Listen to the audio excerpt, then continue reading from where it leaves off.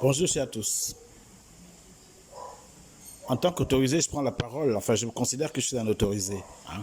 Je prends la parole parce que j'écoute depuis un moment, il y a un audio qui passe là, qui me semble être un instrument de manipulation et qui lierait la non-alternance, le refus de changement au Togo, ou que accuserait la communauté altogovienne tout entière. Moi, je dis non, ça n'a rien à voir avec ça. Parce qu'il faut qu'on soit conséquent avec nous-mêmes. Et il fait état de 2016. Mais 2016, il n'était pas dans le Haut-Togo et s'il parle. 2016, il ne sait pas que celui qui était responsable de la commission de la Togovienne était un enfant d'Omboué, de Roué Maritime. 2016, il ne sait pas que ce n'est pas les Atogoviens qui étaient dans les bureaux de vote du 2e arrondissement qui ont raturé expressement les procès-verbaux. Non, ce n'étaient pas les gens du Haut-Togo qui étaient là-bas.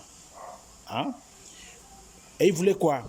Que les Atogoviens fassent quoi du score de à l'élection? Parce que ces deux autres provinces font quoi? Des scores qui sont donnés chez eux? Il ne s'agit pas de ça.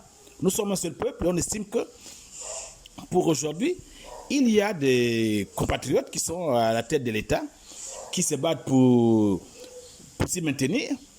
Et nous, on se bat pour accéder au pouvoir. Mais la question, on ne peut pas opposer les Atogoviens à toutes ces choses-là.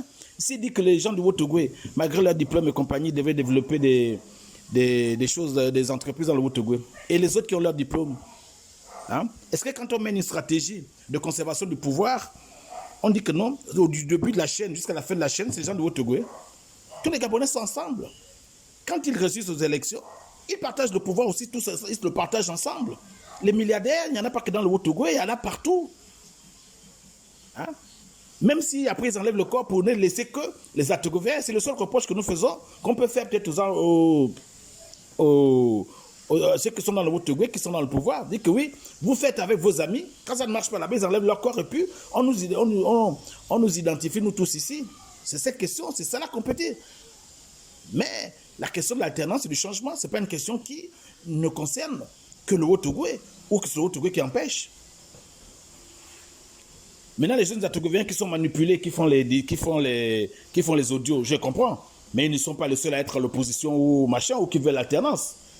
On est tous là, mais il ne faut pas qu'on accepte des inepties, comme ce que je suis en train d'entendre en ce moment.